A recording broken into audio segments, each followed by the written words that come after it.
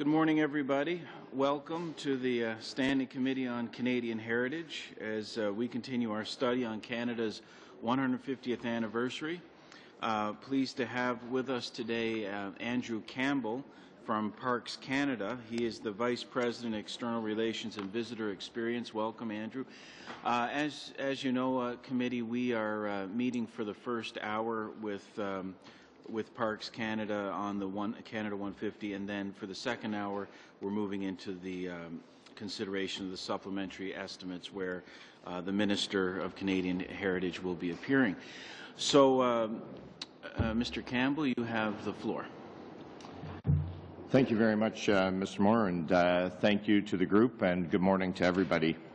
As the Vice President of External Relations and Visitor Experiences at Parks Canada, I really appreciate the opportunity this morning to be able to contribute to the preparations of Canada's 150th anniversary.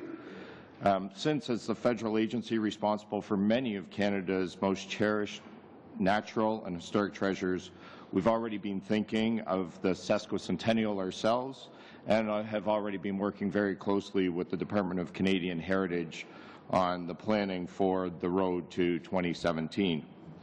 At Parks Canada, as many of you know, we're very committed to ensuring the protection and preservation of Canada's natural and cultural heritage through a network of 42 national parks, 167 national historic sites, and 4 national marine conservation areas. We believe that Parks Canada really sets the stage and invites Canadians and people from around the world to engage in personal moments of inspiring discovery of our treasured places in Canada.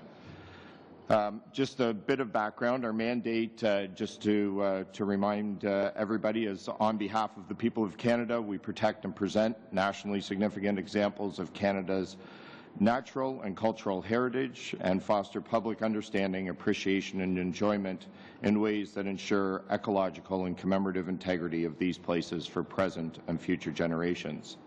Our vision, which we established about 5 years ago and are still working closely on, is that Canada's treasured natural and historic places will be a living legacy, connecting hearts and minds to a stronger, deeper understanding of the very essence of Canada. We were fortunate in 2010 to be able to celebrate one national milestone, which was the 125th anniversary of the first national park in Canada, which was Banff, and in fact it was the 3rd national park in the world. But over the last year, we were able also to celebrate the 100th anniversary of Parks Canada, or when it was first established, the Dominion Parks branch, which in 1911 became the first national parks organization in the entire world, and began the tradition of world leadership in conservation of nationally significant natural and cultural places. The celebration of this first in the world anniversary presented Parks Canada with a real immediacy and opportunity to look for increased connection with Canadians. The concept of the national celebration of Parks Canada offered us a chance to use multipliers that we had been working on, and also to cost-effectively accelerate progress towards the achievement of our mandate and vision. Although we did receive a fairly minor amount of confusion about why we would celebrate a 100th anniversary after a 125th anniversary, for the most part, the increased attention and awareness that we gained during the 125th anniversary of the first national park actually was a great stepping stone for the celebrations in 2011, sorry, of the centennial of Parks Canada. And really, I think, holds a bit of a lesson for us all as we look at the road to the sesquicentennial in looking at events leading up to that. Obviously, that current road to 27 approach being developed currently by the Government of Canada to mark significant anniversaries leading up to the 150th of Confederation promises to give similar benefits as Canadians will become increasingly aware and informed of their heritage about significant events in their history which led to Canada becoming an independent country from coast to coast to coast. When we look at Parks Canada's centennial strategy, we're able to share some of the factors of that success and hopefully lead to the success of the sesquicentennial. I think one of the first major elements to that success was coming up with very clear and articulate strategies and having very few of those. And they, in our case, were to leave a legacy of lasting improvements, to expand out the impact of the celebrations by engaging partners, and partners, whether they be in the media, whether they be amongst our stakeholders, whether they be in the private or public sector, and of course in the federal family. And finally, to engage all Canadians, obviously also as well, including our employees from all across the country. With our centennial year now entering in its final phases, it's evident that the strategies proved for us to be highly effective, as the amount of attention and the amount of connection to Canadians through different independent surveying that we have done has proven itself out to be. It would also appear that the strategies could be very applicable to the 150th of Canada. The second area that we got great learning in the success was in trying to stream our activities.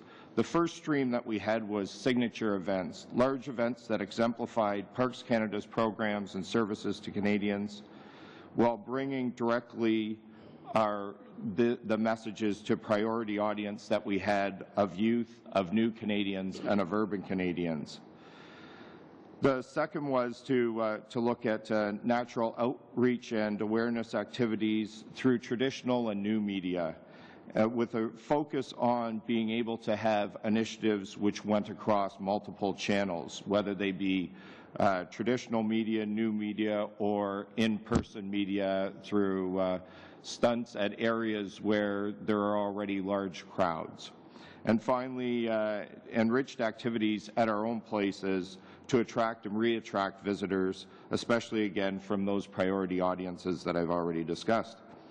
With these strategies and activities, we were able to achieve significant results with only a modest budget, which was $3 million, which we had reprofiled right from within our existing resource base. And really what we believe that the four keys to the success that we had were: one, making good use of existing resources and activities by theming ongoing activities that Parks Canada was doing towards the centennial and increasing relevance and impact. And this included in our youth hiring strategy of changing that over to a centennial and first national parks Greatest Canada Summer Job. We also highlighted different activities across the country, such as our Fundy Days took on a significant centennial. The Rideau Canal Festival this year had a significant centennial theme, and obviously some other elements across the country. Again, second was partnering. We partnered, for example, with new and traditional media such as Rogers Communication, National Geographic, Canadian Geographic, Glassbox Media, HLP Productions, and others. We partnered with the tourism and entertainment sectors with players such as Via Rail, CN Tower, Toronto Blue Jays, Fairmont Hotels. We partnered with the non-governmental organizations like CPAWS, the Trans-Canada Trail, and many, many others. And within the federal family with people such as the National Capital Commission, Canada Post, and the Royal Canadian Mint. And finally, we worked with major media such as the Globe and Mail, Toronto Star, CTV. And as well, I think one of the keys there was working with Canadian artists as we were doing all of this, from Sam Roberts to the Sky Diggers to 13 of Canada's greatest independent filmmakers. The third area that I think leaves us some idea as to ideas for the sesquicentennial are leaving a legacy by striving to develop activities and elements with lasting value. And to give you just a few examples of those, we developed an outdoor signage program where we could do interchangeable sign faces that we installed as part of the National Park's 125th program. And that same set of posts and sign faces was then able to be flipped for the centennial, and will now be able to carry the War of 1812 type messages as well as any of the Road to 2017 messages. And to give you some idea, around 22 million Canadians come to our places on an annual basis, so it puts quite a number of eyeballs in front of these important government messages. Another couple were to look at bringing a family-friendly guided experience in Explorers, the new Explorers program, Learn to Camp program, where we brought urban and new Canadians to learn to camp, and will now be repeated year after year. The renewal of our mascot, and I think the mascot and new campfire song with Sarah Harmer were two very successful elements in the fact that, especially with Parka, it really showed us the value of a mascot, and now with a recognizable face of Parks Canada. And finally, when we look at the lessons learned, I think focusing our centennial budget primarily on a small number of big events where people were already going. So thus we achieved breakthrough levels of awareness and impact. We were able to manage workloads, costs, and avoided that direct competition of the federal government coming in and competing against other festivals by partnering with existing events and festivals. As we plan our forthcoming participation in the commemorations of the War of 1812 and other events on the road to 2017, we at Parks Canada believe the success of our centennial celebrations offers important lessons to guide our future activities and approaches that worked for us during this time. We also believe that Parks Canada can help in being in a unique position to bring Canadians a better sense of their natural and cultural places, their identity, and being part of Canada. So as Canada plans for our 150th birthday to take shape, Parks Canada will be doing our utmost to add to the benefits and add our benefits to the experience, and our efforts and expertise of our people will be working towards this momentous occasion. Thank you very much. Thank you, Mr. Campbell. Now we'll begin our rounds of questioning. There's 7-minute rounds, beginning with Mr. Brown. Thank you very much, Mr. Chairman, and thank you, Mr. Campbell, for coming today. I, for one, I'm extremely pleased that you're here today. I happen to represent the riding that has probably the biggest concentration of multiple Parks Canada assets in the country, with, of course, the St. Lawrence Islands National Park, which is the first national park east of the Rockies, and was formed in 1904. As well as the Rideau Canal is the northern boundary of my riding. We have Fort Wellington in Prescott, as well as the Old Stone Mill in Delta. And Fort Henry is in Kingston, just outside of my riding. So there's a lot of Parks Canada assets around my area.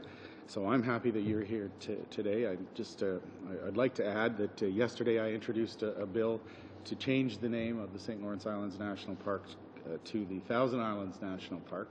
It's and I'm going to take a moment to talk about this because I know our other members are here. There's many reasons to do that, but the St. Lawrence Islands National Park really, from a Canadian standpoint, could be anywhere from Kingston to almost to Newfoundland, where it's in the Thousand Islands, so it should more appropriately be called that. So I'm sure you're aware of that, and I'm happy that you're here today to talk about Canada 150 and how we can leverage Parks Canada's assets to help celebrate Canada 150 in 2017. So back in March of 2010, there was a conference that took place here in Ottawa to talk about Canada 150. And in the final report, there's a recommendation to revitalize urban green spaces and dedicate new national parks, and I'd just like to know what you think about that.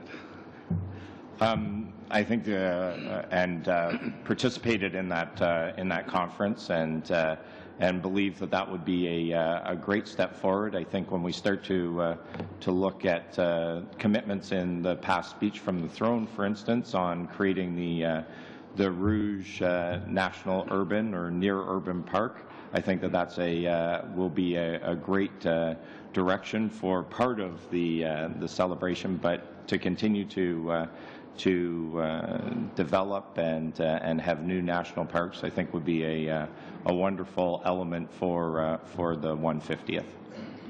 Okay. Has Parks Canada been asked in the past to play a part in national commemoration initiatives such as Canada 150 in the past? Maybe you can tell us a little bit about what may have happened in 1967 with the centennial. Right. In 1967, there was quite a large push, in fact, in national parks and national historic sites. In fact, it was a period of looking at the system plan in both of those areas. So, in fact, from a national historic sites perspective, it really pushed off the idea of system planning, looking at the areas of history in Canada, quantifying them and categorizing them, and then saying where do we want to have commemorations for different elements of Canada's past. So it really set the chart forward for Parks Canada in that element. And then on national parks, there was quite a push at that time to put together the system plan of national parks, where the 39 ecological zones of Canada were in fact put together, and that really started the movement towards the creation of new national parks in new ecological zones. And I'm proud to say that we now have a protected area space in Canada that is as large as the total land surface of Germany. So it should be an element of pride for all Canadians, and that was one way that we have done past commemorations. Obviously, have had a big role in elements such as the upcoming War of 1812. Parks Canada will have a fairly significant. I guess we would be on the right wing if our center was, using a hockey analogy, if our center was Canadian heritage. And I think what we offer is great locations, great elements of history, and great interpretation, and we've used that for many celebrations throughout the year. As many members know, I never miss an opportunity to promote, it's not something that we should be promoting, but the fact that only 3 out of 10 provinces in Canada require a history course to graduate from high school, and which I think is a real tragedy. Maybe you can tell us a little bit about how you see us leveraging the assets of Parks Canada to really drive home an opportunity in 2017 to celebrate Canada's history and use some of Parks Canada's assets. Maybe you can tell us a little bit about how you might see some of those things happening. Yeah, and we've really been focusing on a connection with youth, because we feel as much as it's in the popular media today to talk about the nature deficit, we believe that we also have the history deficit in Canada that's equally as disturbing among our youth, and perhaps across all of Canadians. One of the things that we have been doing is very much from a youth focus to look at things like the My Parks Pass program, which we had launched in the anniversary for Canada's first national park. And that program allows all grade 8 and grade 9 students in the country to get into our places for free. We've teamed that up with what I had talked about, the Explorer program, so that when kids and that age group of youth do come into our places, we have activities specifically defined for them. It's an important age we believe, and we've done some research around, because when you start to look at youth of 13 and 14, they start actually when they're 13 in Canada is the last time that they may in fact have any social studies as a mandatory program. So we look at that as an important point. The youth then being able to pass that on to their parents. And we also, within the new citizenship, we've been working with Immigration Canada to include more elements of history. And in fact, one of the great elements that we've been able to do is move a lot of citizenship ceremonies out of courthouses and into national historic sites. So there are citizenship ceremonies now going on all across the country at national historic sites where new Canadians are connecting with our Canadian history up close and personal in an immersive experience as they're getting their citizenship. Thank you. Thank you, Mr. Brown. Mr. Nantel. Bonjour. Good morning. I would like to thank you for being here this morning. And I think that Parks Canada has a very big role to play in Canada's 150th anniversary celebrations. You deal with many subjects that are particularly important in the history of Canada. And one of my colleagues mentions that he had seen in an online archives, I think on the website of Radio Canada, that there was some history on the St. Lawrence Seaway. And the Canadian Real Estate Association will be developing at something on the Pointe de Longueuil under the Jacques Cartier Park, and that's development that is right at the start of that park, right at the start of the St. Lawrence Seaway Park. At the 150th anniversary conference, it was suggested that new historical sites should be created. Now, we've been talking a lot about the 150th anniversary here since the start of this session. And we've heard many times how it's very important to have a ground-up involvement in this process. People need to be involved. What consultation processes are going to be put in place at Parks Canada? For example, I know there are many people in Longueuil who would like to see the creation of a commemorative park to commemorate the importance of the Seaway, and they'd like to see that be part of the 150th anniversary celebrations of Canada. And they'd like to have access to this area. It's an area that has easy access through, for example, the Montreal Metro, whereas the Maritime Park is much harder to get to. If we had a park here, for example, people could just get off the subway and go to that park. Is that something that we could envision? How do you intend to consult the population on that issue? Yes, I think that's one point that I forgot to mention. And that's the fact that consultation with Canadians is a very important part of what we're doing. It's very important for the creation of any new park or any new historic site. And so one of the things that's very important right now for Parks Canada is to have that connection with the people of Canada. Clearly, it's difficult to create that connection because there's a lot of noise coming from all of the different media. There's so much out there. And so one element that we're using more and more right now is social media. We're using social media to connect with Canadians and to consult with Canadians. And I think that in the case that you mentioned, it's very, very important to use all the different kinds of consultation methods that are available to us. And that is the direction that Parks Canada is taking. Well, speaking concretely, do you already have infrastructure? Do you already have systems online that allow Canadians to consult? Do you have some kind of infrastructure in place where Canadians could come and say, we'd like to see this kind of park or this kind of site be created? Is there a way that Canadians could ask that a certain piece of real estate be released to Parks Canada to create, for example, a pedestrian area along the river? Is there a process, concretely speaking, to be able to do that? Answer, yes, there is a process. that exists for the National Historic Sites Board,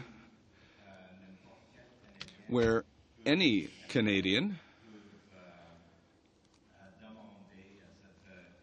in fact, can ask the Commission to name a certain piece of land as a historic site of Canada.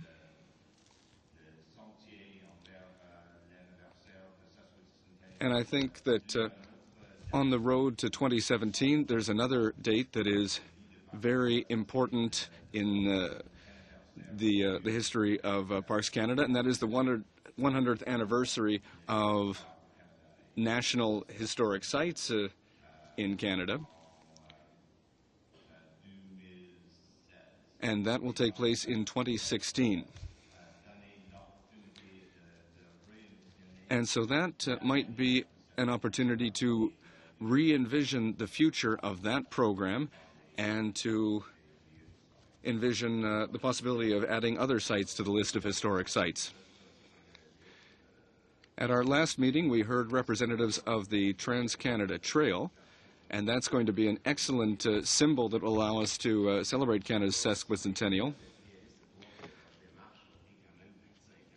But we have to be realistic. They've been working on the Trans-Canada Trail for 25 years now. The commemoration of historic sites, well, that would seem to be and the creation of historic sites for the 150th anniversary of Canada, it seems like a very long process. If we backtrack from the summer of 2017, when would a decision need to be taken? If we want to build something, I imagine it would take a long time, but if we want to install a couple of plaques somewhere, when would we need to make that decision? Well, it's very difficult to say, because if a location is already a historic site, well, there's already a certain amount of protection on that site. But in other cases, it does take more time to create a historic site through the National Historic Sites and Monuments Board.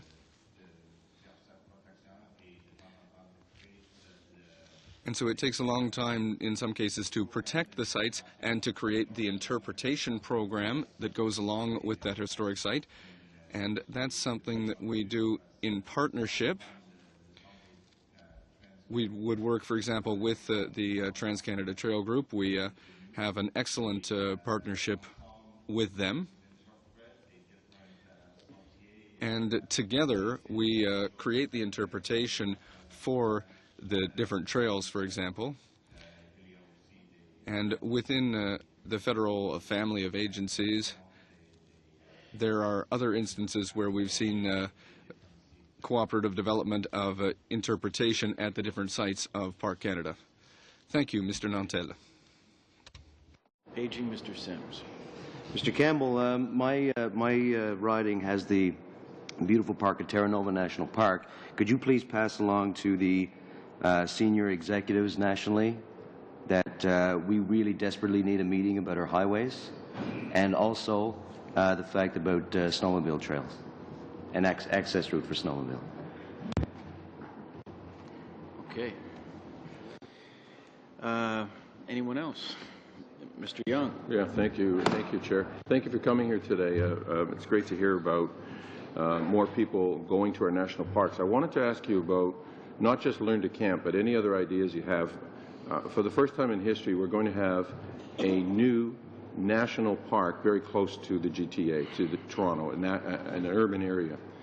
It's very exciting for me, because what it means is that everybody in the GTA, including my riding of Oakville, can on a weekend, as long as there's no accident on the QEW 401, get in their car or get on a bus and within less than an hour be in a national park. I wanted to ask you what the status of that is and what you might be doing leading up to 2017 to bring those people to national parks who maybe never been to one before, and I'm thinking of young people and new Canadians as well. Yeah, and fortunately, just last month, Minister Kent was in Toronto to kick off the consultation process on the Rouge Valley National urban park, and certainly we received lots of ideas. We started with a small group of people who had been highly dedicated to the Rouge Valley over the past 20, 25 years. From all levels of government, I would like to say, and from all parties as well, were participated in that. And fantastic, some of the ideas that came out of there. And as you said, it's a great park in its nearness to a population, one could say, of 10 to 12 million people. And so we really look at it as an opportunity to let or give Canadians in that area the opportunity to explore not just the Rouge Valley, but all of Canada. So some of the concepts coming out are of how we can have a centre in that park that deals with our entire country from coast to coast to coast, all of the national treasures, all of the things people can get out and do, and to bring that as a real focal point of the sense of Canada. And really what's being discussed is it being a real people's park with a people focus, and one of the people focus is very much being on that sense of Canada, or the very essence of being a Canadian. It sounds excellent. I wanted to ask you as well about learning to camp, because it always struck me that knowing how to camp and what to buy and all that kind of stuff was either something you learned at, Brownies or Boy Scouts or Ventures or something, or from your parents, or not at all. So that a lot of new Canadians, it would never occur to them to go into a Canadian Tire and buy all the stuff and load up their van and just take the family to a park. Like, you need somebody to show you how to do it. So it's a great concept. So I wanted to ask you about that, its success rate. And at the same time, I wanted to ask you about a process they used at Expo 67, which was very popular and effective, was they had a passport. So people would arrive on the grounds and take it to various displays and get it stamped. Have you ever thought of doing something like that for our national parks? Yep. So to look at both of those two questions, I'll take the second one first and first second. For the national passport, we did have a passport program in the past, in the 70s and 80s, and it was, as you said, quite successful. And when we developed this program, which is the Explorers program, which actually gives you a guidebook to each of our parks and sites, as a youth you can go and explore. And the nice part of the end of the day is when you come with your Explorer's book and you've done some of the activities out of that Explorer's book, we in fact give you a commemorative medallion from that park. And now people are collecting those commemorative medallions, and we've had, in fact, one great photo of in the first year of a girl who was about 12 years old, who was there with her 10 or 11 medallions around her neck and saying she couldn't wait to get out and get more. So from that perspective, highly successful in that type of engagement. From the Learn To, highly successful program. The first year that we had done it in its pilot, we did it at the Halifax Citadel. We had 100 families and primarily new Canadians sign up within, it was half a day. So we probably should have run it for more than 100 Canadians. So we said the next year we would do that. We ran it at National Historic Sites in about 15 locations. Due to their urban nature, they're often National Historic Sites closer into urban centres, and ran it with a lot of the immigration help groups across the country. So in Calgary, for example, the Calgary Catholic Immigration Help Centre actually brought the 100 families out with us to do that. So we teach people how to be in the outdoors. And I'll tell you, out of that one particular, well, in fact, it was out of the one that we had done at Fort George, where the people from Hamilton and Toronto and, in fact, Oakville, new Canadians and others came by bus into Fort George for the weekend. And one of those families ended up later in the summer buying a tent trailer and driving out they wrote us back, driving out to Cape Breton, stayed in Cape Breton, and now say this will be their family tradition for the next however many years. So I think it pays dividends in people feeling they now have a way to get out and see the country. I'm sure, Mr. Moore, they stopped by Fundy on the way out just to make sure that we caught a couple of places on the way. Thank you. Have we got more time, Chair? You've got 30 seconds. 30 seconds. 2 summers ago, my son, Hart, 23, got himself a job on Moline Lake as a tour guide. They trained him how to pilot a boat, and he spent the whole summer in this most beautiful part of Canada. And I think it changed him. I think he felt more Canadian. I think he felt more connected to our environment and the land. And I just would like to see more young people with those kinds of opportunities. Do you have any ideas or do you have any programs to help get our young people who are sort of out of high school and ready to become explorers, and Explorers is the name of the program, I know, and to see more of our national parks, in particular the ones in the Rocky Mountains? Yeah, and excellent question, Mr. Young, and thank you very much. We in fact hire about 1,200 students a year at Parks Canada. The student workforce is an important piece of our workforce across the country. But on top of that, we've done a few things. We have a program, and we've been working on it, which is the Greatest Canada Summer Job, and that summer job is actually that you go out and your primary job is to explore.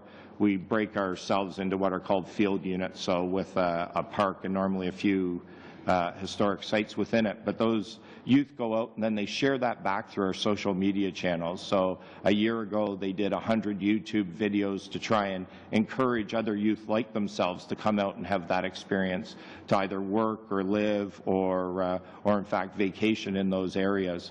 And so that's been highly successful. And when the Duke and Duchess of Cambridge visited this past year, one of the legacies of their visit was the establishment of the Parks Canada Youth Ambassadors Program, where we'll have 2 youth ambassadors that in fact their job will be to go out and to promote getting into these natural and cultural treasures to the rest of youth in Canada under the ambassador title from the Duke and Duchess. So we're working at trying to encourage through social media and other types of channels, and as well have ambassadors that can do that on our behalf. Thank you very much.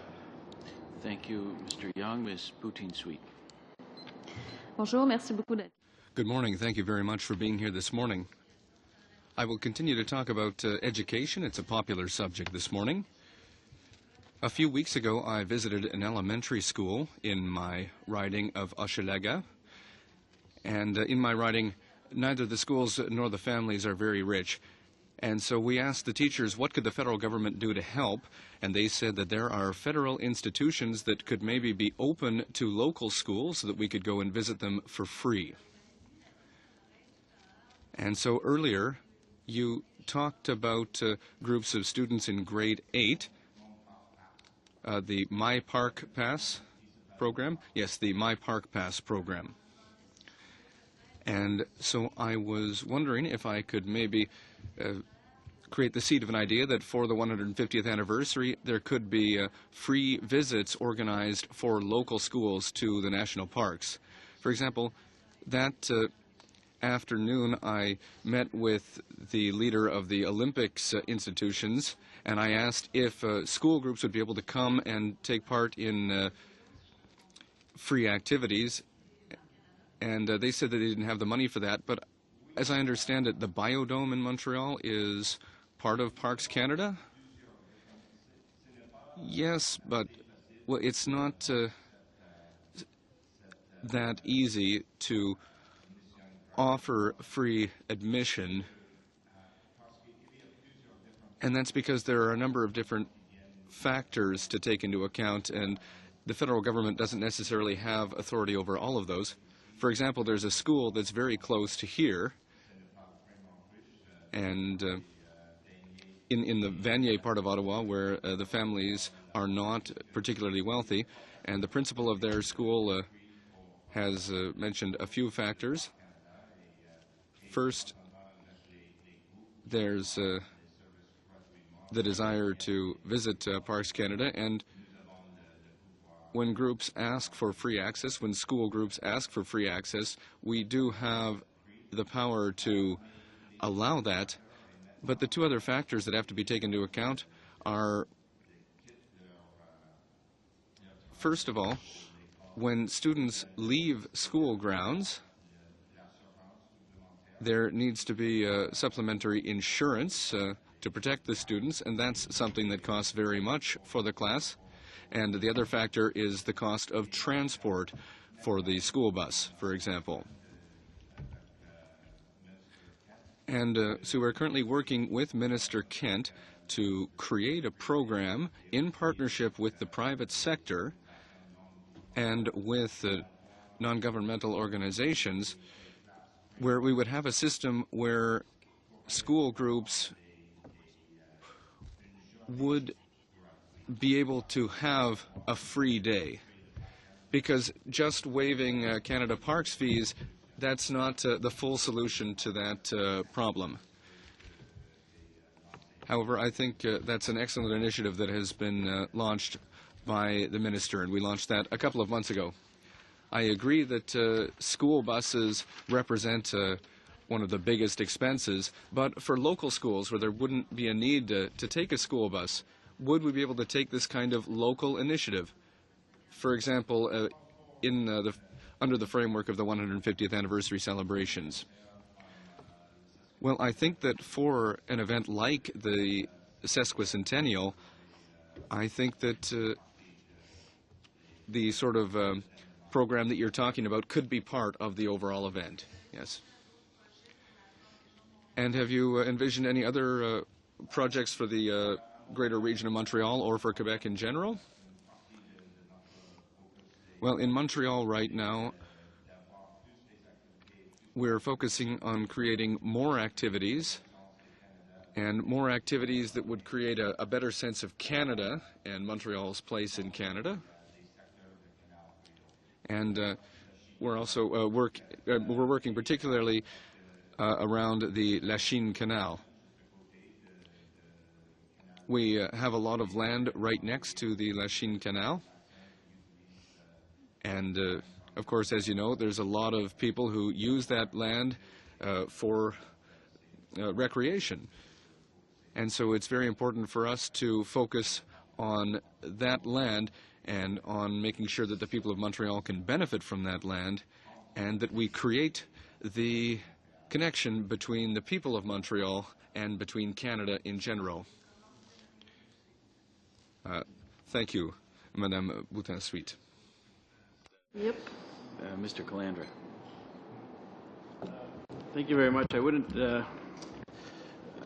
You talked briefly about the Rouge Park, and since it obviously impacts my riding quite substantially, I'll say this. There's been a lot of people for a lot of years who have talked about how important the environment is, talked about how they are advocates for preserving and protecting important national heritage features and sites, but the history of that particular area for farmers has been less than stellar.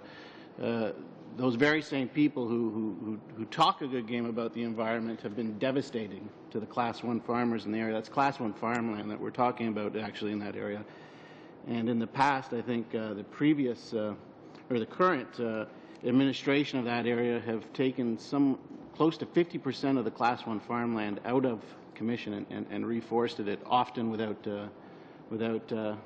consulting with farmers. And so I'm happy that Parks Canada is assuming a leadership role in how we will bring about a Rouge Park, and more of a comment than anything, because the farmers that I represent in the thousands or hundreds of acres of Class 1 farmland, some of the best farmland in all of southern Ontario, certainly aren't going to allow a park to be created that doesn't protect Class 1 farmland.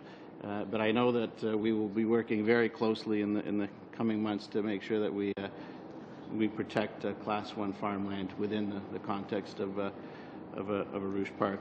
I wanted to talk about National Historical Sites and how we can actually, in the context of Canada's 150th, how we can perhaps promote them, and just ask you, do you connect National Historical Sites, do you connect with local museums in and around the area? And how, if you don't, can we do that better as we lead up to Canada's 150th birthday? And even just in small areas, I know I'm from just north of Toronto, Stouffville.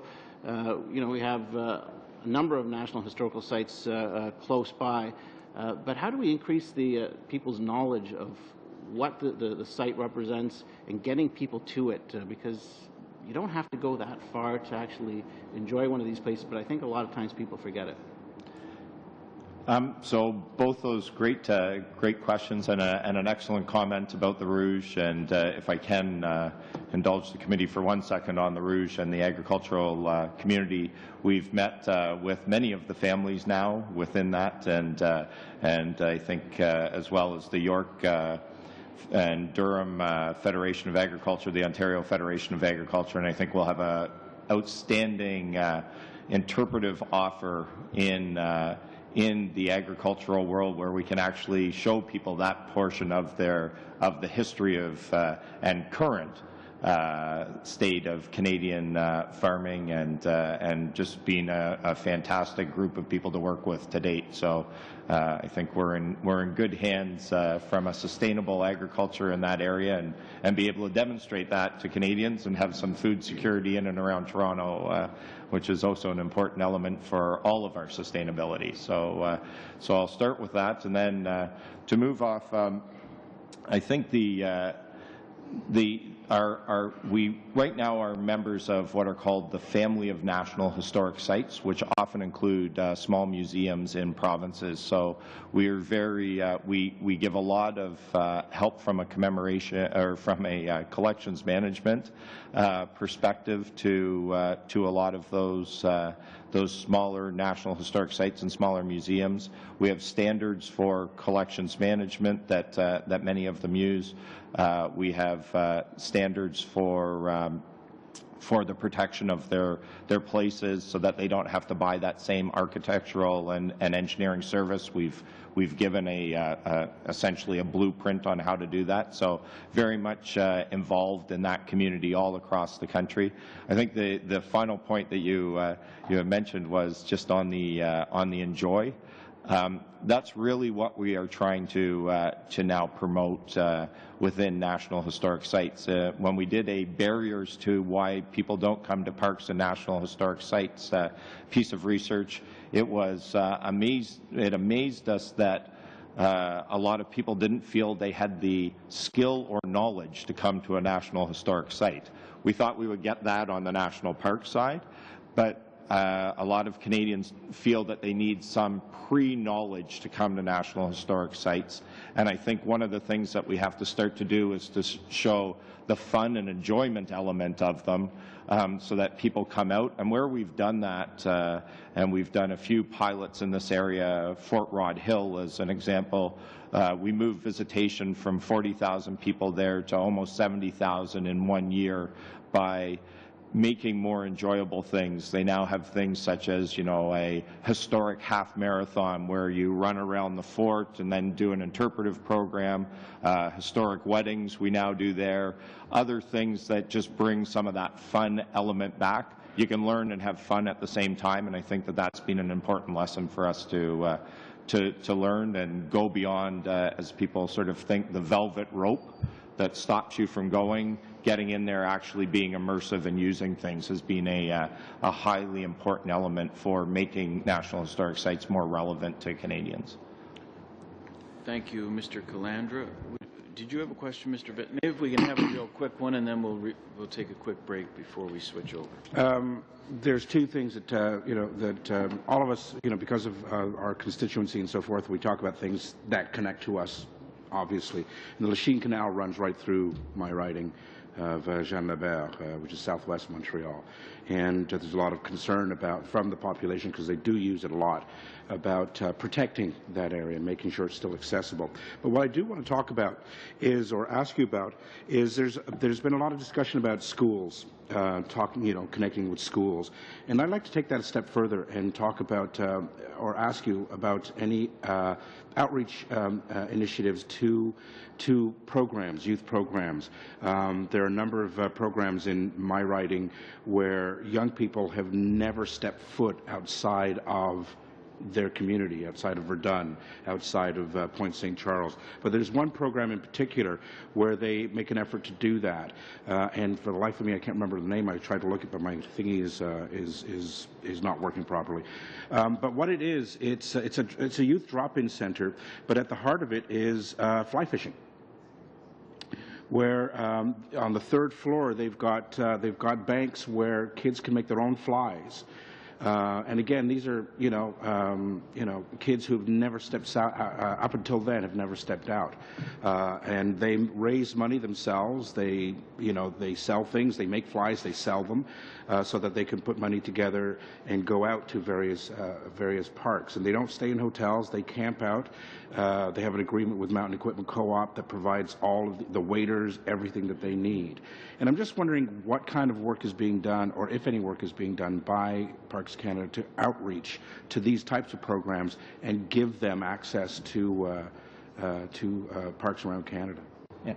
An excellent question, and an approach that we're actually very proud of, and certainly again a very large focus of Minister Kent is on this youth connection, and really part of our vision as well as Parks Canada has been to carry that youth vision through, and through meeting with a large number of different groups across the country, and we have a few that we're trying to see how, because there are very many of them, of youth-oriented groups and social advocacy groups on behalf of youth as well. And so a few of the things that we've been doing are starting to work, and one in Montreal, one in Vancouver now, and one in downtown Toronto, is we're working with people that are re-green spacing some of the urban parks. And so as they take these urban parks, and we in fact have a partnership with this group, which is called Bean and Stock Natural Playgrounds, and what they do is they turn a concrete playground pad into something, again, that looks somewhat natural. And what we've been doing is working with them to theme them into national parks, so that those national parks have an immediate connection with that local community. And then that local community, for instance, in Moss Park, will be taking, which is the Toronto park we're doing, we're going to take that youth group of the youth and the youth leaders, and they'll actually go up to the Bruce Peninsula. They'll look around and see the elements that they like, give them that immersive experience, and then come back and be the ambassadors in their community. So we're working on programs like that. We're working with other foundations that are working with those types of programs. So everything from the Weston Foundation is one of the big partners we're working with in that to look at, because they fund a large number of those Get Outdoor type. Robert Bateman in his Get to Know, we're a big supporter of that program as well, and have partnered because they partner into those school groups and community areas. It's virtually impossible for us to do that alone, and so partnership is really the way that we see of moving forward on that. Thank you, Mr. Benskin. Thank you, Mr. Campbell, for being here with us today and explaining Parks Canada's contribution to this important study. So we will suspend for a few minutes and switch over to our consideration of the supplementary estimates. Thank you. Thank you, Mr. Moore.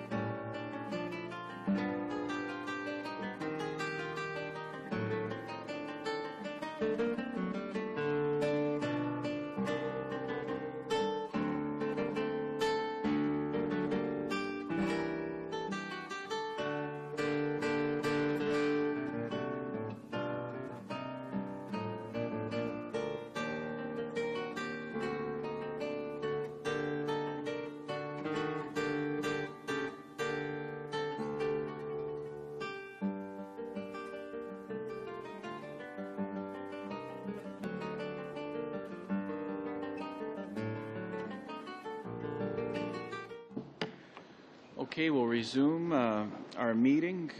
Today we have the Minister of Heritage, the Honourable James Moore, with us for our consideration of the supplementary estimates. Thank you, Minister, for joining us here today, and look forward to your comments. The floor is yours. Whoa. Thank you. Thank you, Mr. Chair. Thank you, members of the committee. C'est un honneur d'être ici parmi vous. It's an honor to be here with you today to discuss our government's priorities, and I would like to highlight the fact that I am following the committee's study on Canada's 150th anniversary celebration. It's a subject that's very important to the government. This is a commemoration that will affect every region in Canada, and we want to make sure that there are events in every region of Canada, that there are events with a pan-Canadian theme, and we want to see that take place across Canada. You're doing a very important study on that celebration, and I'd like to congratulate you for your work and wish you good luck on your continued work. Government is seeking from the Parliament of Canada through the supplementary estimates that will implement a number of our government's key priorities for Canadians. With me today are Danielle Jean, Deputy Minister of Canadian Heritage, and Robert Herzog, Director General of the Financial Management Branch. In the 2011-2012 Supplementary Estimates B, we are asking Parliament to approve $165.9 million in additional funding, $8 million in operating expenses, and $157.9 million in grants and contributions. The funds that we're seeking will support programs in various sectors of Canadian society. And, Mr. Chair, I'd like to review just a few of what I consider to be key initiatives that are addressed in Supplementary Estimates B that we are seeking the approval of Parliament for. I've already announced our government's plans for commemorating the 200th anniversary of the War of 1812, a war that was a defining event in Canada's history, paving the way for Confederation. The $4.8 million in additional funds will allow us to implement the commemorative projects and events that we have planned and to support community-based activities across the country. Over the next 3 years, our government plans to invest significant funds to increase Canadians' awareness of this defining event in our shared history. These funds will go to pan-Canadian educational campaigns, which will include a national documentary, a traveling museum exhibit, and the naming of October as the month of the commemoration of the War of 1812. We will support over 100 local events, festivals, and reenactments across the country, and we're investing in enhanced programming and making significant improvements at key War of 1812 national historic battle sites. We're going to have a permanent War of 1812 monument here in Ottawa, and we're going to have recognition of our Canadian Forces regiments in 1812 ceremonies. For Sport Canada's hosting program, we are budgeting an increase of $13.4 million. This $13.4 million is part of the government's commitment to fund capital projects for the 2015 Pan American and Para-Pan American Games in Toronto. With the recent conclusion of the 2011 Pan and Para-Pan American Games, from which our talented athletes brought home a total of 182 medals, by the way, attention is now focused on Toronto as the next host of the Games in 2015. As a proud partner in the Games, the government will invest up to $500 million through Sport Canada's hosting program. Canada is a proud sport nation with a fantastic sporting tradition, and we are committed to ensuring that our athletes can compete with the world's best. So Sport Canada's hosting program provides funding to help Canadian communities and national sport organizations host world-class international events such as the Pan Am and the Para-Pan Games.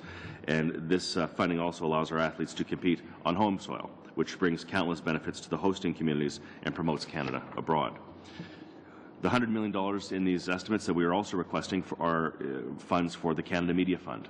As you know, the Canada Media Fund helps to ensure that Canadian choices continue to be available on television and on other digital platforms. The Government of Canada's support for Canadian programming has a multiplier effect. The $134 million that we invest in the Canada Media Fund creates an additional, on top of that government investment, $200 million worth of production activity. This leads to 7,000 production jobs across the country and 600 hours of programming available on multiple platforms. In 2010-2011, the Canada Media Fund, which combines both the public and private investments, invested $337 million in Canadian content creation, generating over 2,400 hours of new Canadian programming. The $15 million in supplementary funds that we're seeking for the Canada Periodical Fund will support and encourage the creation of Canadian magazines and non-daily newspapers and to help ensure that Canadians have access to them. One example of how this fund works is the newsstand marketing project that we helped fund last year. Magazines Canada partnered with various regional magazine associations and retailers across the country to increase the presence, selection, and sales of English and French Canadian magazines at major and independent newsstands. The plan offers a free digital magazine with the purchase of a single copy of any participating magazine. This plan has not only increased single-copy sales of Canadian magazines, but also increased the profile of small and medium-sized Canadian magazines in large retail outlets. Finally, our proposed transfers to the Canada Council of the Arts and the National Arts Centre of $127,000 and $150,000, respectively, will, among other things, support French-language theatre in Canada. Mr. Chair, while we are seeking these funds, I believe that we have shown ourselves to be good stewards of public funds. Despite fiscal restraint, we have accomplished a great deal, and we will continue to manage our budget carefully. Since I arrived at Canadian Heritage, the department has launched an initiative to modernize its operations and to find innovative solutions to financial challenges in order to better serve Canadians. We have implemented reductions while minimizing the impact on services and programming to Canadians. We have decreased the operational spending of the department by 25% since 2009-2010, and at the same time we have eliminated 445 full-time positions. This means more money has been directed directly into the hands of artists and creators, and less money has been spent on bureaucracy here in Ottawa. This is good news for the cultural community. And this has allowed us to increase our investment in Canadian culture. During the recession, we were the only country in the G8 not to decrease, not to maintain, but to increase funding to arts and culture. We know that arts and culture play a vital role in the lives of Canadians and in the development of communities throughout the country. We know that culture and heritage help to build strong communities while also contributing to the economy. Canadian culture represents $46 billion of our gross domestic product. The cultural sector employs some 630,000 people. That means that roughly 4% of all Canadian jobs come from our culture. Our government has clearly shown that we value arts, culture, and Canada's creative economy. We have supported celebrations, concerts, community events, and festivals across the country.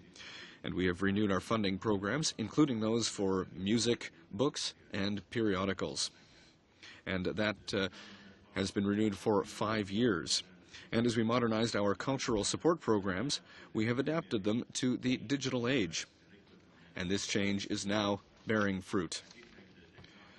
For example, the experimental stream of the Canada Media Fund, which is an innovative public-private partnership, is pushing the boundaries of media consumption for Canadians, and it's building a stronger, groundbreaking cultural industry. Through this fund, we have invested $1 million in a project to develop a console game called Papo and Yo.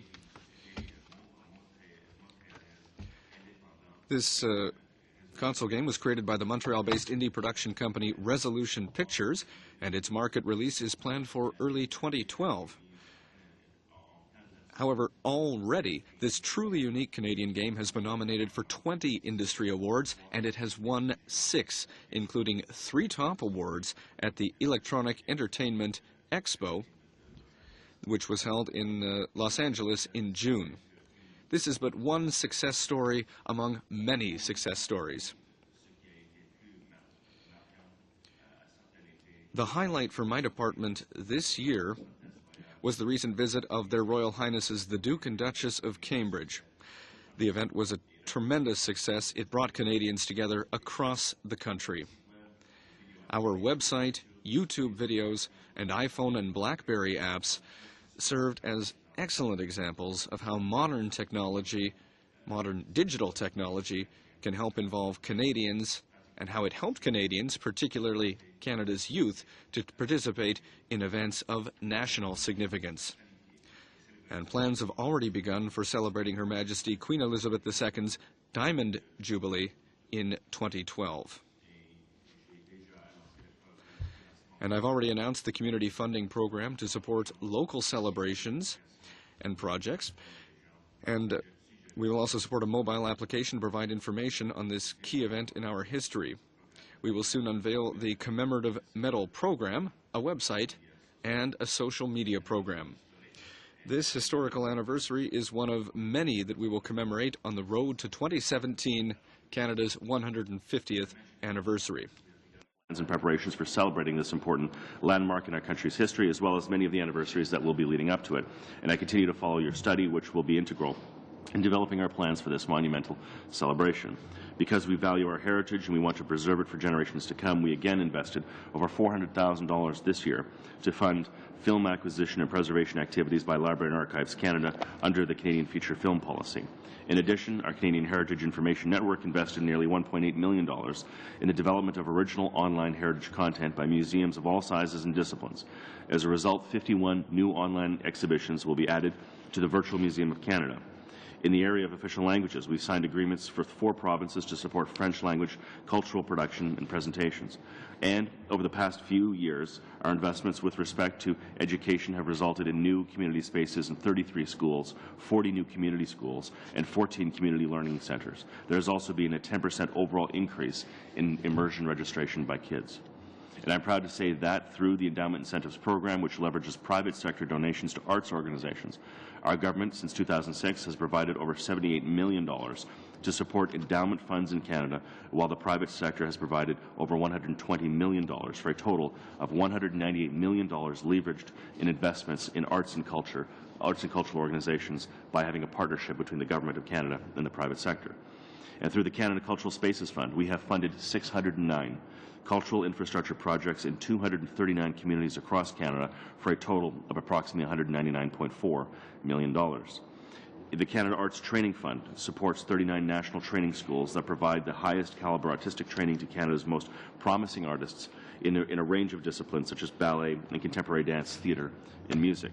And our national investment in national training institutions is $22.7 million. And I believe my department can be proud of its numerous achievements over the past year, and with the approval of the budget before you, we will pursue our efforts on several fronts to show our continued support, commitment to the arts, to culture, to sport, to history, to heritage. And I will be pleased to work with you on making sure that these projects are fulfilled successfully, and I look forward to your questions. Thank you, Minister. Thank you for your presentation. And now we'll move to questions and answers. First with Mr. Young. Thank you, Chair, and thank you, Minister, for coming here today and your presentation. You talked about the plan for commemorating the 200th anniversary of the War of 1812 and the $4.8 million in additional funds that have been put aside for it, including increasing Canadian awareness of this event. Now, what we've heard on this committee that in 7 of 10 provinces, students in high school don't have to study any history, complete any history course in order to graduate. Perhaps you can expand on why it is important that Canadians, especially young Canadians, are educated about this important historical event. Well, this event in particular obviously there are not a great number of events pre-Confederation that are pan-Canadian in consequence that we have. I mean, a number of other countries, particularly look south of the border, they have a large number of events that are constantly celebrated, and young Americans are reminded of all the time. This happens in countries around the world as well. And in Canada, we don't have those in many large events.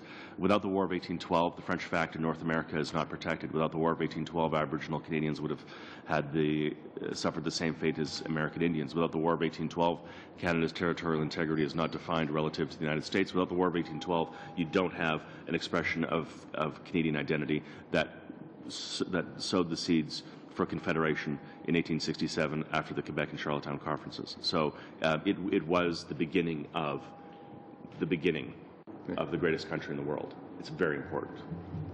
Thank you. You also mentioned that the government will be funding over 100 local events, festivals, and reenactments across the country. And so my question is about, will these events take a top-down approach, or are we hoping to encourage individuals or groups to take the lead? If it's the latter, what would be the best way for individuals to get involved or to apply for funding? What we've done in all the commemorations, I mean, there's been some comment, by the way, in the news that the government is spending all this money on the War of 1812, but we have other things that have need. All the money that we're spending on the War of 1812 and the commemorations thereof are all from existing Government of Canada funds. So if it's Arts Presentation Canada, Building Communities through Arts and Heritage Fund, or the Cultural Spaces Fund, what we've done is we've taken existing funds, we assessed what we expected the demand would be from grassroots organizations across the country. We had a number about what we thought would be the proportionate number of asks, and then of course you triage those asks and you say, well, okay, how many of these are really central to the goal of commemorating the War of 1812, and then you try to divide, well, how much of that money is going to be required for physical infrastructure, for reenactments, for educational initiatives, and so on. And then you come up with a ballpark number, and then you have to divide it. So what we've done is we've taken existing Government of Canada programs, and we've fenced off an amount of money in each of them for applications for funding for the War of 1812. So we're not doing extra funding for the War of 1812 as opposed to doing extra funding for other things. We've taken existing funding and we've fenced it off for the demand. Local organizations that are requesting funding for War of 1812 should certainly contact their members of Parliament, contact me directly, contact the department. In each of those funding envelopes, there are funds that are reserved, and if people at the outset, and I say this all the time, by the way, to organizations who may be here or have their representatives here or who are paying attention to this conversation, contact the Department of Canadian Heritage. Contact us before you apply for funding, and this isn't just within the context of 1812. Contact the department before you apply for funding so that you can design your event, your commemoration, your plans that work in concert with existing Government of Canada funding envelopes so that they can move forward together. Don't build an event and hope that the Government of Canada, because moving the machinery of government sometimes is like turning a battleship around. So a smarter thing to do is to work with us from the beginning so you can develop your event so that it qualifies for funds as you move forward. So for the War of 1812, if people are planning specific events, I would encourage them to contact the Department of Canadian Heritage. We will sit them down with an official from the department and work through their application from the beginning. Thank you. The idea for a permanent monument to the War of 1812, I think is a terrific idea. Are you able to tell us more about it now, like where it may be located in Ottawa and who will design it, those kinds of things? Not quite yet. We have two locations that we're looking at. One is on Parliament Hill. One is just off Parliament Hill. I can't say exactly where because there are some financial implications about that, about where we're looking at. But we do want it to be prominent. We want it to be on the Hill. We want it to be within walking distance of not only members of Parliament, Parliament Hill staffers, tourists come to Parliament Hill principally, and then other events satellite around that. And to have a direct connection to Parliament is important. So right on Parliament Hill or right near Parliament Hill is what we're looking at. Thank you. You talked a lot about direct and indirect funding of the arts and culture. But what other steps has the government taken, the Canadian Heritage specifically, to ensure artists and the creative community as a whole continue to thrive? For example, how have our cultural exports fared? Cultural exports have fared very well. I just gave a speech on this the other day, and the numbers escape me now. But cultural exports I know have gone up, in part because of our investments in the Canada Council for the Arts, as you know. We've increased funding for the Canada Council for the Arts by 20%, up to $181 million per year. And it's not a small thing to say that our government is the only government in the G8 that decided not to cut, not to maintain, but to increase funding for arts and culture.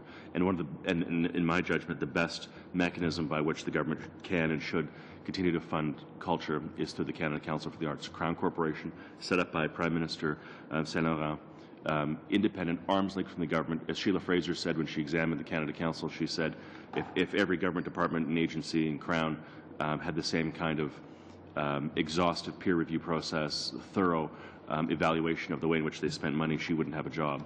So not only do they have integrity in the way in which they handle taxpayers' money, they're also seen by the cultural communities in this country as an organization that does a fantastic job of reaching out and ensuring that funds get to diverse programs and projects. And that includes supporting supporting artists and their efforts abroad. As you know, going back to the 2008 campaign when our government ended, for example, the Trade Routes program. Trade Routes program was a $7 million program. The problem was it cost $5 million to deliver $2 million worth of benefits.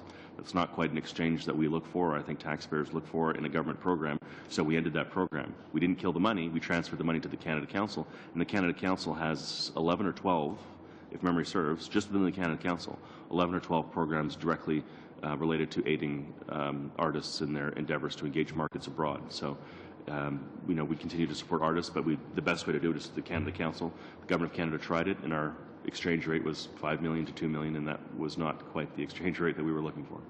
Thank you, Mr. Young. Mr. Benskin. Thank you, and thank you for your work. Thank you for appearing here. I've had first-hand experience and knowledge with Canada Council, and I agree it's one of the it's definitely a model program. I'm going to switch over to just, I guess, some clarification information on CBC. Yearly, we see the adjustment of $60 million, which is supplementary funding to the CBC. And I was just wondering if you could clarify what that's what's that targeted towards, and what that's targeted towards, first off. Sure. Well, as you remember, the Liberals in the 1990s cut the CBC by about $400 million, and there was obviously a pretty significant backlash to that. The Heritage Minister of the day, Sheila Copps, in response to the pushback that they got for cutting the CBC, and as a matter of fact, the parliamentary committee at the time was implicated in the consideration of the impact of those cuts, and what was designed and implemented for the first time in 2001. Or excuse me, 20 years ago. The first year was 2001, sorry, but it was designed prior to that, was the $60 million programming fund of the CBC, and that money goes directly to programming. And it's always been a sunsetter, though. It's up for renewal every single year in every single budget. So, those who argue about the $60 million, I mean, keep in mind the CBC receives $1.134 billion per year. $60 million is not a small amount of money. It's a lot of money. But within the overall context of the enterprise that is Canada's public broadcaster, the $60 million and the funding that, and the projects that it funds, that money can be supported and funded through aid-based funding through the CBC. So there's this sort of mythology, I think, built up around that $60 million fund as though it's untouchable, and to touch that would have an impact on the CBC. When very often, as you know, when the CBC has come before this very committee, there's been talk about having just straight aid-based funding so that the CBC doesn't have to worry every single year as to whether or not a government is not going to renew the $60 million, whether it's a Liberal government or a Conservative government, and that they can have consistent, steady funding for multiple years. So that's part of the consideration that we have in working with the CBC about what's in taxpayers' best interest, and also what's in the best interest of the public broadcaster for a consistent funding envelope for multiple years. Well, that basically answered my second question. So thanks very much for anticipating that. Now, with the anticipated, 5 or 10% cuts, this $60 million, would that be affected by that? Because that goes directly to programming, as I understand it, right? Yeah, but look, the question is about the CBC. Not to. This is not an evasion, but as I'm trying to set up the way in which we're thinking about funding for the CBC, right? Their request has always been steady funding, stable funding, and predictable funding. I mean, the CBC's funding can, over years, can be at different levels, but what they most want is a plan that they can embrace and have predictable funding for. As you know, they have their plan for 2015. I've supported that plan, the 2015 plan. The three principal elements of the 2015 plan that I think need to be supported and embraced by Canadians are: one, is the continued transition to digital technology, embracing digital technology, getting things, because, as a French-speaking Canadian from British Columbia, I want to listen to CBC radio out of Drummondville. I want to know what's happening in Quebec City. Without the CBC, there's no French language radio in British Columbia. I have 4 nieces, all of whom are in French immersion schooling. My sister is a French teacher in British Columbia. How do they get French content for the classroom so they can try to get kids thinking about how French is used in everyday life? It's through the CBC. So that component is essential. And the way that you do that going forward is through digital technology. So the digital component of the 2015 plan is essential and smart, and by the way, saves taxpayers millions of dollars. Second component is making the CBC from top to bottom all Canadian.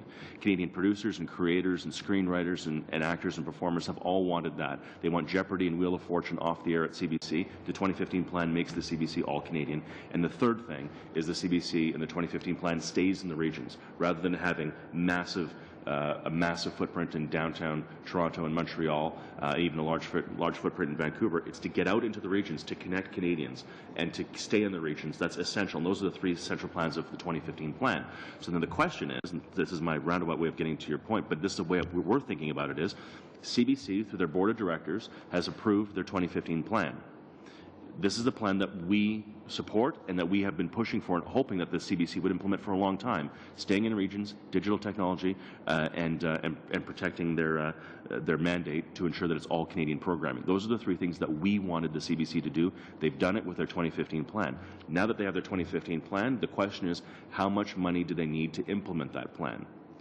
And in the budget, they will have enough funding to deliver that plan. Thank you. I'll, whatever time I have left, I pass on to Pierre. 2 minutes, good. Vous avez ouvert, Monsieur Moore, votre speech sur l'importance. Mr. Moore, I was very interested to listen to your speech on the importance of this funding. I've gone over the supplementary estimates. I didn't see anything particularly specific for the 150th anniversary, but I can imagine that soon there will be a budget to create an ad hoc committee on the 150th anniversary, because honestly, with all of the different issues that are dealt with by your department, it is unacceptable that over the last 7 months we have been speaking only about the 150th anniversary of Canada. That's all we've been talking about. Will there be a budget that will be created to create an ad hoc committee on the 150th anniversary celebrations? These celebrations are very important, but they have completely taken over the agenda of this committee. I don't necessarily know if an ad hoc committee is the best way to proceed. However, you need to understand that the 150th anniversary for Canada is coming up in 6 years, and so there is a lot of time to create pan-Canadian programming that will involve all of the regions of Canada. This committee is doing studies, and I hope that the committee will produce a report with recommendations for specific measures to be taken. We hope that we'll develop an ideology or a theme that will help us plan all of the events that are going to take place. So this committee has already done a lot of work, and you'll likely say that our government is arrogant and that we're not respecting the work of the committee. We don't want that to be the case here. Sincerely, we want Canadians to have excellent programming for the 150th anniversary. We want it to be good for Canada. We don't want programming that's good for the right to the left side of the political spectrum. We want programming that's good for Canada, that goes beyond any political fights that we might have. And we want careful planning. But do you want us to talk only about this? Well, it's your choice.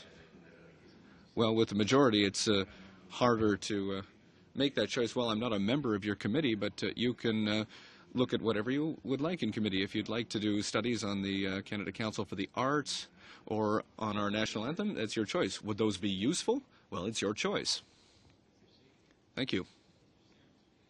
Thank you, Minister, for coming. And just quickly, following Mr. Benskin's intervention, when you consider in your mind the expenditure review question, 5 to 10%, does that on an A-based budget scenario solely? It's what we're trying to do, as you know, is find $4 billion in savings across the government, and these are not savings of. Sunsetters have to be included if sunsetters are considered have been considered over a long period of time. But the idea is the permanent cost of government over time needs to be reduced. Right. So in your mind, the sunsetters then will obviously be a part of that. But what because when I hear about 5 to 10% efficiencies, if you want to call it that, you're talking about A-base alone. No. Or you're just talking the total envelope. Total envelope. That could include the $60 million. If some things like we take for example, we have some youth programs that have been sunsetting youth programs for 34 years. Right. Are they A-based or sunsetters? Well, technically they're sunsetters, but they are A-based in a sense because they behaved as such. I get that. So to exclude them because they happen to be sunsetters misses the point of, a lot of funds that may be spent in ways that are not efficient. Okay. I can quickly got to move on because I've got 8 questions here. The second one is that you just addressed the part of the War of 1812 and the funding of 1812, and this is not a new funding envelope whatsoever. So you're talking about each and every individual silo of funding mechanisms could be used for 1812. Doesn't that put a strain on the other programs? Because some of these programs that you fund are on an ongoing basis. Sunsetter is not the right term, but you get the idea. Like each and every year, some of these festivals, but obviously they're going to be hit by that. I mean, you're talking about a small area of the country that's going to celebrate the War of 1812. Without their own funding mechanism, that's going to put a strain on the whole system. No. How's that? Well, it may for some, but there's always annually a competition for dollars. For example, in BCA, right, Building Community Arts and Heritage, Cultural Spaces Fund, and some of this funding, by the way, is not just through the Department of Canadian Heritage. So fitting up the forts and so on is through Environment Canada. Okay. Right? So what about the monument? Will there be a squeeze? Sure. But every year, there's always a competition for taxpayers' dollars. There always is. No, and by the way, there's no limit to the ask and the request for it. So there always is. But I can tell you that there is a massive demand. So there would have been a massive demand for these funds regardless from the pressure. But the fact that we've fenced off some specific programming and that I've made sure that the department makes sure that there's funding available for specifically War of 1812 and they don't get pushed out is important. And what's equally important is the second point that you referenced right there, is that in each of these funds, BCA and all of them, that will be funding War of 1812 things, is that there is always a national scope to these. So as you say, is that all this money isn't just going to get dumped into the Niagara Peninsula. This money is available across the country. So as opposed to just having a program that funds the War of 1812 because the large capital projects are principally in southwest Ontario, that would just suck up all the funds to begin with. But by putting them inside of the envelope of existing Government of Canada funds, now they fall under the formula that exists for all Government of Canada funds, which means they have to be dispersed across the country, which is good for your constituents and mine. But let's be honest. Let's be honest. There is no great demand in some parts of the country, or there certainly is none. There may be in mine because the Royal Newfoundland Regiment was involved, but in some areas there is not. So it just seems to me that without a specific funding envelope, they're going to put a strain across all these festivals and events that would not get funding. I mean, I don't want to dwell on the issue, but let's take a look at the monument that's coming here in Ottawa. Where's that coming from?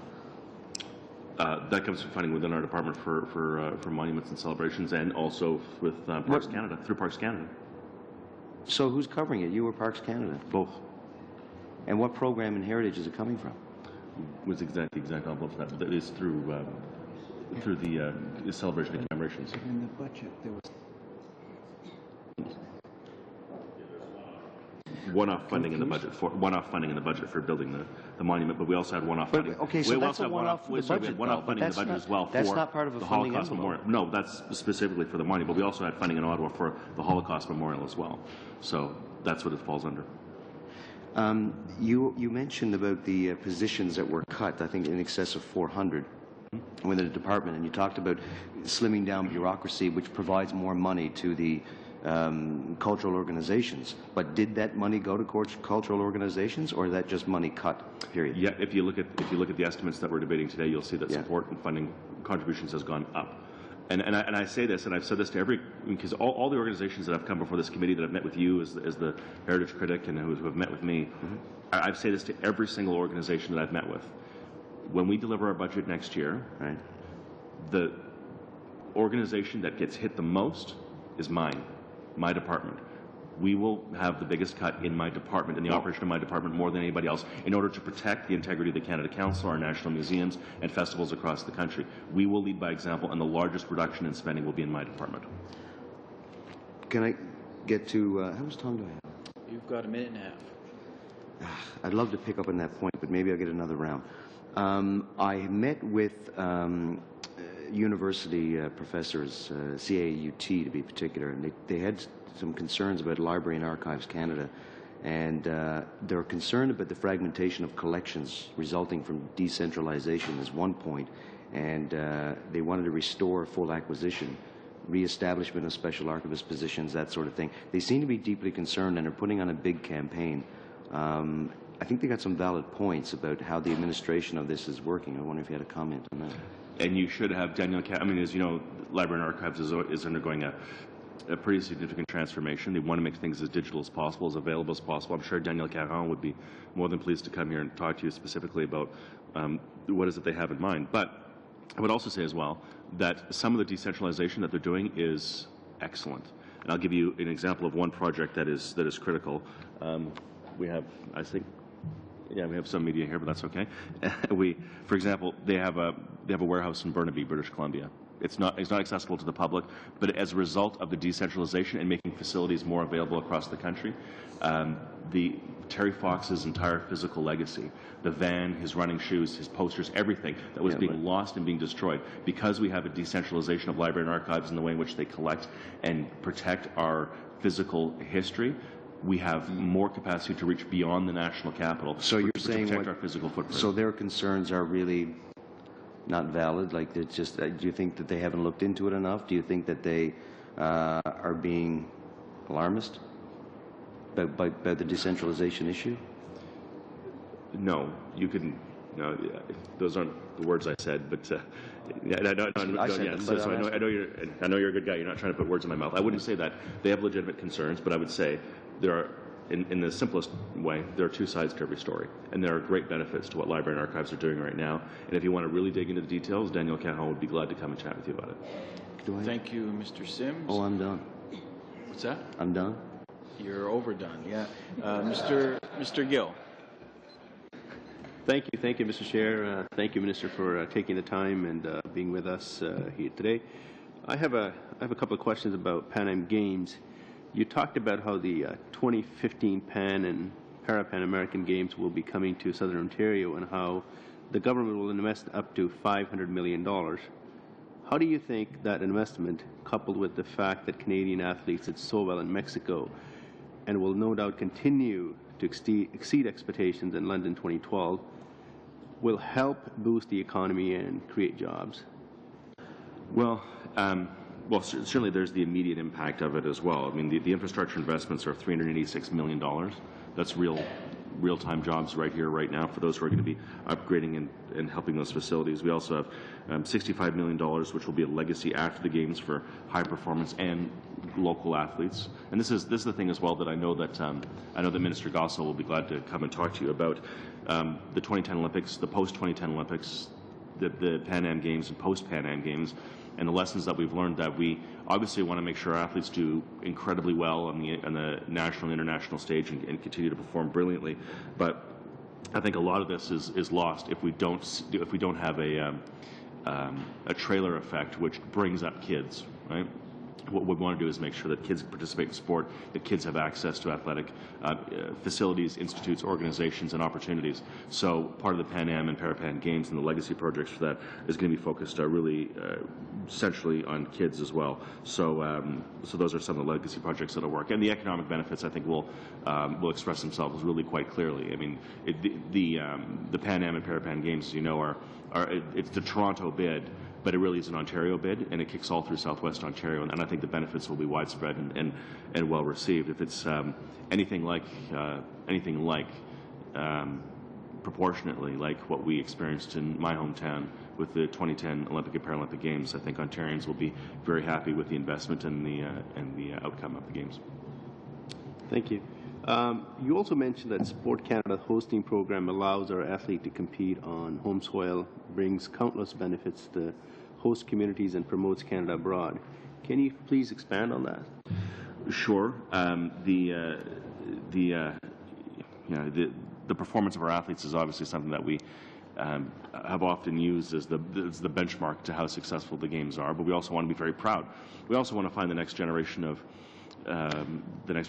brilliant athletes like Jen Heil and Alexandra Bilodeau, and we want to find those great athletes who will be role models for kids in the future. So supporting our athletes is something that's been asked for, supported by our government, and we're very proud of our investments. So those are something. I'm not sure, Danielle, if you want to talk more about the specifically about the sports hosting program. With $200 million investing in sport every year, we are the largest contributor to sport in Canada. As the Minister says, what it allows us to do with something like the hosting program is to bring some of the big competitions, whether the international, whether it's about the relief and the junior athletes, and give them a chance to compete against the best, prepare for the future, and at the same time encourage young youth into participation, but also becoming elite athletes. Thank you. And I have another question for the Minister. Minister, can you talk a bit about what we're doing to commemorate the Queen's Diamond Jubilee, please? I can. We have, I'm sorry, I'm just doing a very quick mental check on what we've already announced publicly versus what we're going to be announcing publicly. I want to step on myself. We have, in 2001, when I was a member of Parliament, we had Golden Jubilee medals, right, for Her Majesty's Golden Jubilee. We have a Diamond Jubilee medal program as well. I think we have an event, as a matter of fact, next week where we'll be stamping the very first Queen's Diamond Jubilee medal. We also have events across the country to commemorate this incredible and remarkable achievement of 60 years of Canada's Queen. Just yesterday, as a matter of fact, I signed off on the artwork for some posters and some educational materials that will be going across the country into schools, and we'll be having events across the country. You know, we had the visit of the Prince of Wales in December of 2009, and we had the visit of Her Majesty in 2010. We had the Duke and Duchess of Cambridge visit Canada last year. And as someone who's had the incredible honor and privilege of being able to host each of these visits and to be with them on each of their visits, the response of Canadians has really been very impressive. And in spite of I don't want to be too aggressive in the shot, but sort of the stereotypical media coverage of how Quebec would react or how certain communities would react is just simply not been realized. The royal family has been welcomed with open arms in Quebec City and in Montreal and in all parts of this country. And I think that Her Majesty's Diamond Jubilee next year will be another one of the events. And this is why I think it's important, as the NDP had mentioned, that 2017 is important, but the road to 2017 is equally important. Right? We have the anniversary of the Charlottetown Conference. We have the anniversary of the Quebec Conference. We have Sir John A. Macdonald's 200th birthday. We have Georges-Étienne Cartier's 200th birthday. We have the Diamond Jubilee moment for Her Majesty. We have events across the country that will lead up to 2017. And these are moments, not least of which the War of 1812, but these are moments that we can't miss as a country, because we are a young country and we do have shared experiences that are, in fact, quite few and far between, but to have events that are pan-Canadian in consequence, that every Canadian can take ownership in and feel connected one to another, is something that is very important. And we have an obligation as a government. All governments have an obligation. It doesn't matter if it's a Conservative, NDP, Liberal government. Every government has an obligation to try to lead this country more united than the way in which we found it. And this is a country that has always been, has been full of cleavages and tensions regionally across this country, and we need to make sure that we seize these moments so we can feel closer one to another. As I often remind people, Canada is the second largest country in the world in terms of population, 36th largest in terms of population, sorry, second largest in terms of territory, 36th largest in terms of population. And so because of the distance between each of us in our communities, when we have these moments, we need to make sure we seize them so that Canadians can feel part of a Canadian family. Thank you very much. How much time do you have, sir? You have 10 seconds. That's it. So I'll give up. Thank you. Thank you, Mr. Gill. Ms. Boutine-Sweet. Bonjour, Monsieur le Ministre. Good morning, Minister. I'd like to ask a question about official languages. A couple of questions, in fact. The amount given for the plan for 2012, can you talk about that amount of money? It's about $60 million. Understand that there are several envelopes of funding there. Our roadmap for official languages is $1.1 million over 5 years. And so 70% of that money is allocated through each department, and that's allocated by the department. On top of that, there is roughly $266,000 or $264,000 in additional investments, and that's roughly $60,000 per year that has been invested. It's a 5-year agreement, and I should note that this agreement is something that has not been affected by the economic downturn, and it will not be affected by the government's decisions in terms of making cuts. It's not indexed? No, it's a 5-year agreement. And will there be the possibility of renewing this agreement beyond 2013? We will see, because it's very important to protect the official languages of Canada. That having been said, every enterprise of this matter, and this is a pan-governmental exercise over 5 years, needs to be studied. And we will look at how we do it next time. We haven't necessarily seen the results that we wanted to see. However, some aspects have been a major success, and we will maybe renew those and increase funding for those. But the committees on official languages of both the House and the Senate are looking at how this program has worked in all the various regions of Canada. And at Canadian Heritage, we're also doing studies to determine which aspects have been successes and which have maybe been less successful. Languages, but a third roadmap, because the first one was under the Liberals, right, from 2003 to 2008. Our government is 2008 to 2013, 5-year feuille de route pour la langue sociale. And so a third roadmap, we'll see what successes and missed opportunities we had with our existing roadmap and go from there. So. Merci. Je donne le reste de mon temps à Monsieur. Thank you. I will give the rest of my time to Mr. Cash.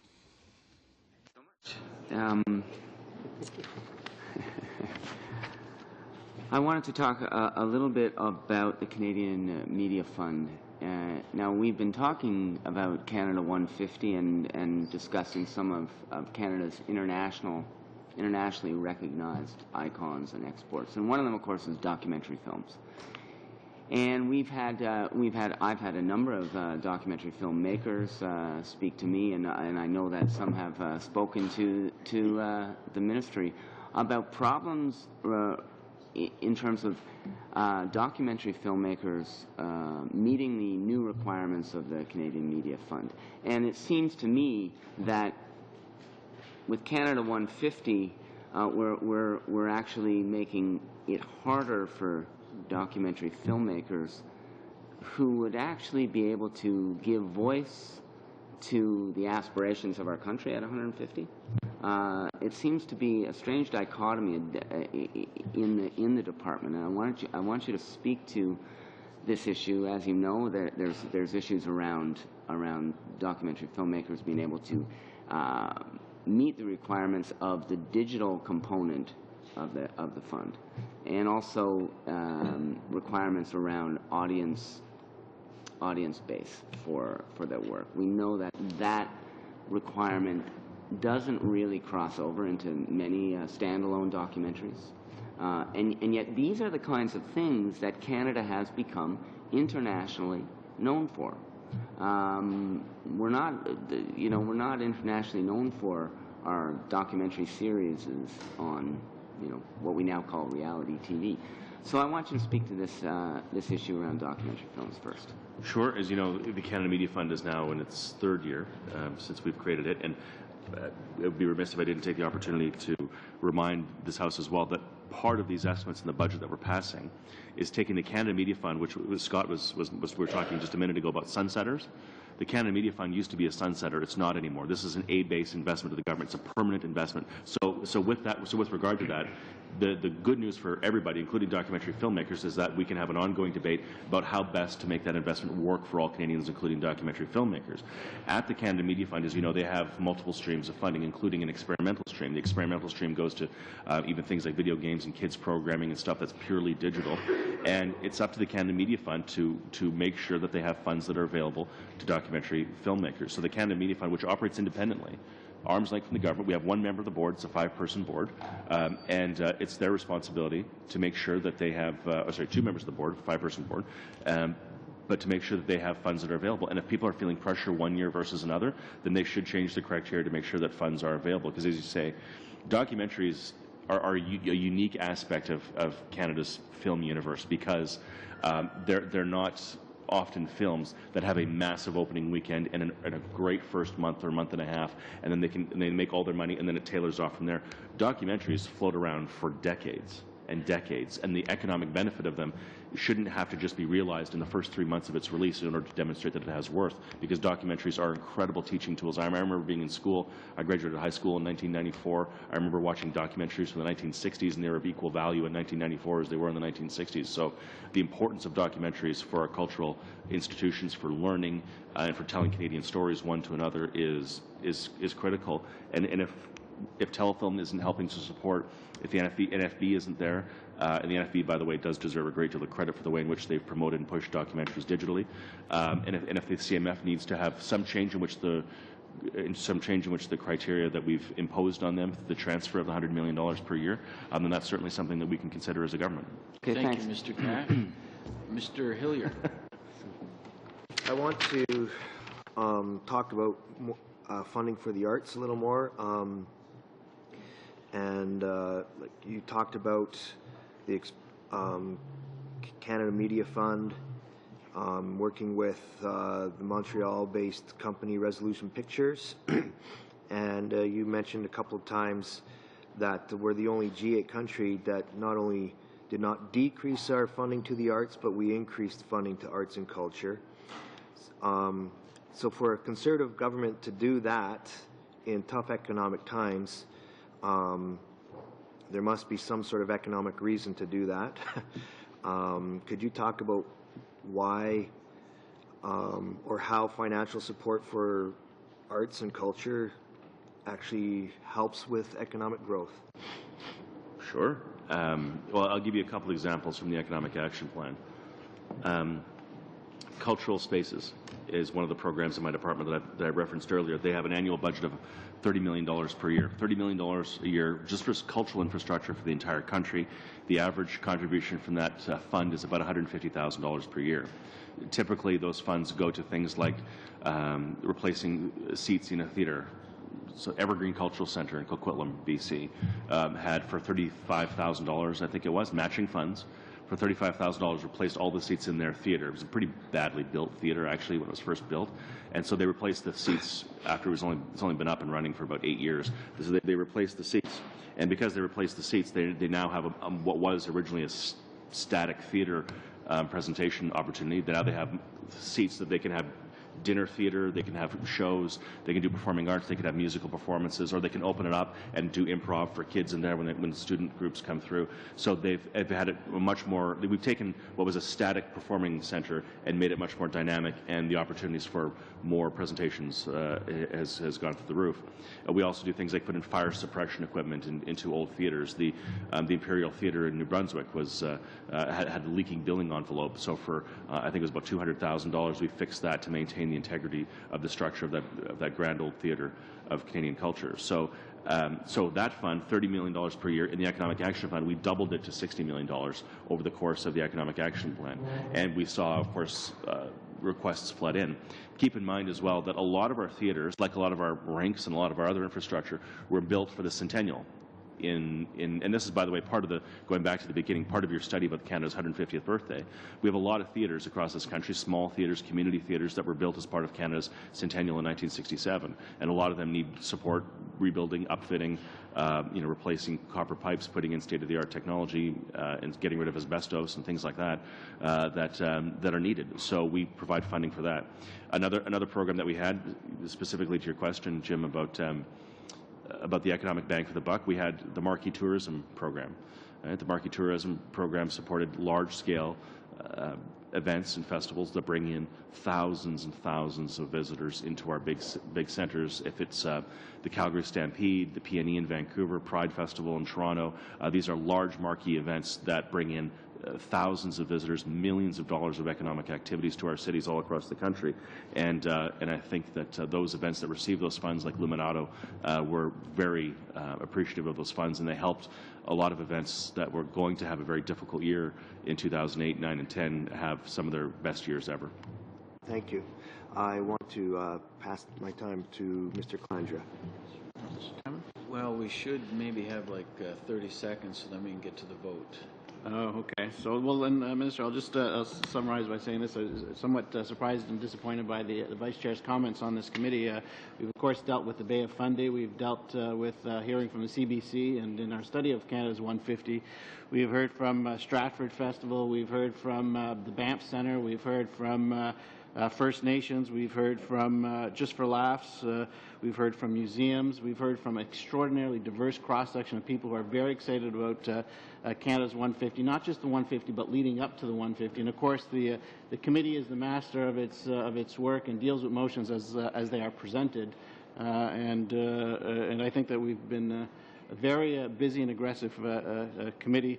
I know we don't have a lot of time. I know you're doing music night, which is leading up, which was an offset of the very, very successful movie nights. I wonder if you could just give us a brief second on the upcoming music night that you have. Well, since you've asked,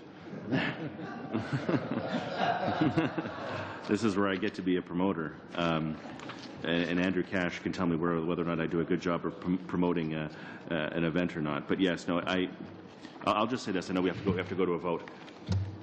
As I said, Canada is a massive country. Our cultural communities are brilliant and diverse and wonderful, but it's very rare that we don't get to see, like very often from a lot of Canadians, you see the huge megastars that do incredibly well internationally or very well in the United States, and then we know our local talent and our local communities.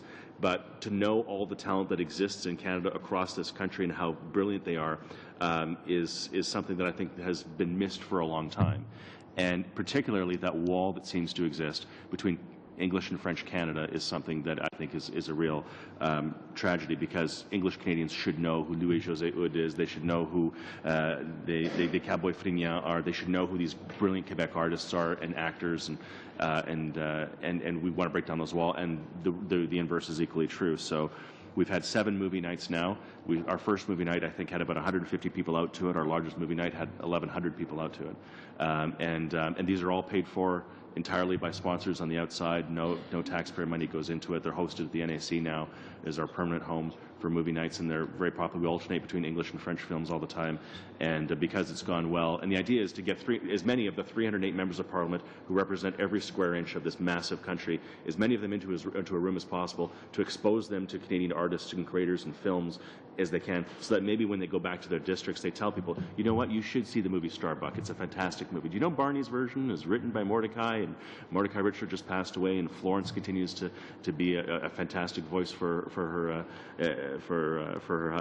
husband who passed away recently, and Barney's version is based on his book, his best book, his last book, and go see the film, and to get people talking about Canadian culture, Canadian talent, Canadian writers, Canadian films, and talking about Canada, because it's easy to talk about Americans, but to talk about Canadians, you need that push, because it's just too big of a country and there's too much talent not to miss it. So, because movie nights has gone well, we've now extended as well to having music nights.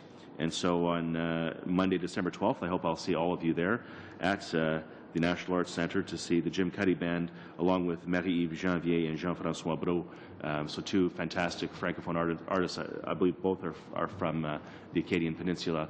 And of course, Jim Cuddy and his achievements speak for themselves. So it'll be a great night of music, in a non-partisan environment, with food after, to enjoy some Canadian talent so you can go home and tell them. And I'm very pleased to have the sponsors of Music Canada, Québécois, and others supporting Canadian culture is very important, and I thank them for stepping up to support this night. Thank you, okay, Minister. Andrew? Was that okay, Andrew? Is that okay? All right. Thank you, Minister. Thank you for your time appearing here. We will suspend for 20 seconds, and then we should quickly have our vote.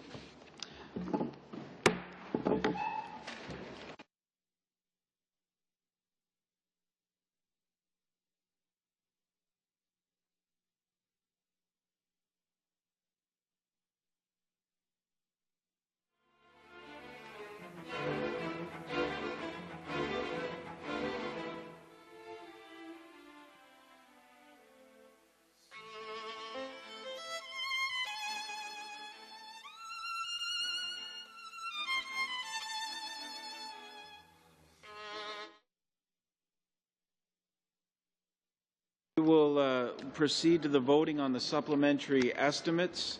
Shall Clause 1B carry? Agreed? Does anybody else have that piece of paper? Oh, no, I guess this just lists the different votes under the estimates. You guys should have your supplementary estimate book. Yep. Right. So, shall clause 1B carry? Shall vote 5B carry? Shall vote 10B carry? Shall vote 15B carry? It's carried. Shall vote 35B carry?